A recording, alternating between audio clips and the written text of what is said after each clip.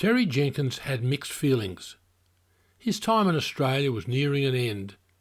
He was driving to Perth in Western Australia to catch a flight back to his home in England.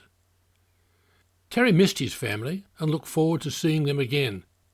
Contact with his parents and his brother back home in Somerset over the previous year was limited to periodic, brief, long-distance telephone calls and the occasional postcard sent from various locations in Australia.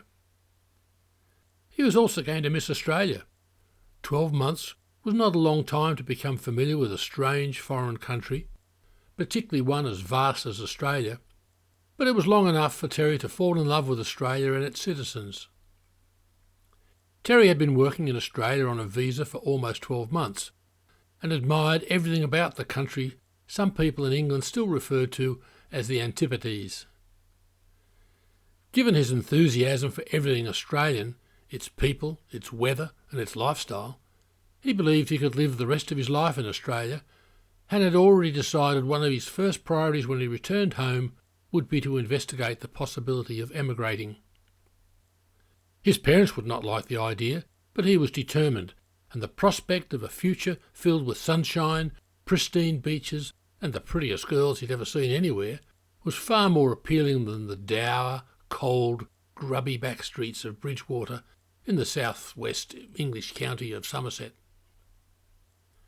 Terry's desire to live in Australia was decided soon after he first became aware of Harold Lasseter's bold expedition into the remote and unforgiving Australian outback. Lasseter was looking for a magnificent reef of gold he was convinced actually existed and swore he had seen with his own eyes.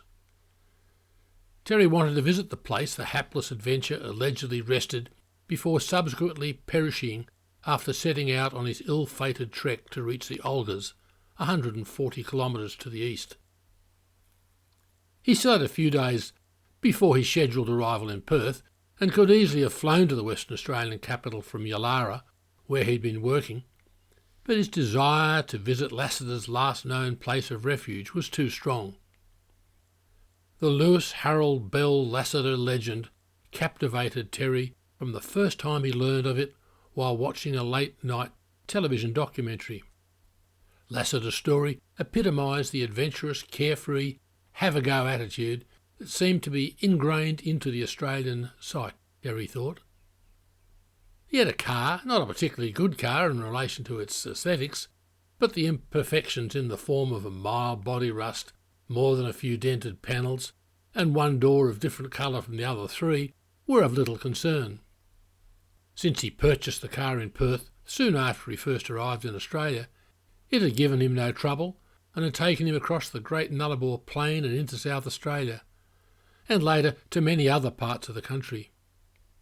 Crossing the rough, dusty, corrugated Great Inland Road, while a somewhat daunting prospect prior to actually attempting it, ultimately presented no real challenge other than the time it took to traverse and the somewhat uncomfortable ride it presented.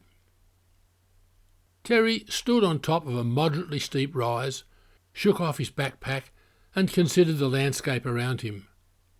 Directly in front, at the base of the incline, was a large dry waterhole.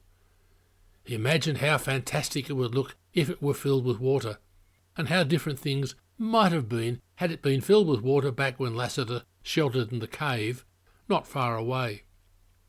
He slowly turned and gazed at the surrounding countryside. He was looking forward to this experience, and now that he was actually here, it was even better than he could have imagined. There were many who would disagree with Terry's assessment.